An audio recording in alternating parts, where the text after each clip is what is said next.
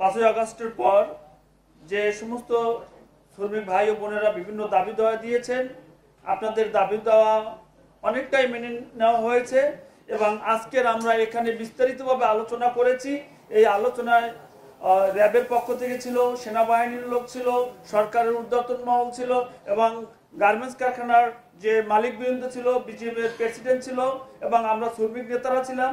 আমরা সকলে আপনাদেরকে আহ্বান জানাচ্ছি, আপনারা পোশাক শিল্পকে টিকিয়ে রাখেন এবং এই জন্য যার যে ফ্যাক্টরিতে আপনারা কাজ করেন যথাযথভাবে কাজে যোগদান করুন এবং আপনাদের যদি কোনো সমস্যা থেকে থাকে সেটা আপনারা মালিকেরা দ্বিপক্ষীয়ভাবে আলাপ আলোচনা করুন এবং সেখানেও যদি সমঝোতা না হয় তাহলে আপনারা আমাদের সাথে যোগাযোগ করুন। তবু আপনারা রাস্তায় নেমে বিশৃঙ্খলা সৃষ্টি করবেন না এবং কারখানার ভিতরে কাজ বন্ধ করে বসে থাকবেন না।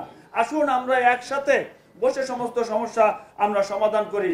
আর আমরা আজকের বিজিএমইতে আপনাদের পক্ষ হয়ে আলোচনা করেছি, আপনাদের যে যুক্তিসঙ্গত দাবি দেওয়া আছে সেই দাবি দেওয়াগুলো পর্যায়ক্রমে মেনে নেওয়া হবে।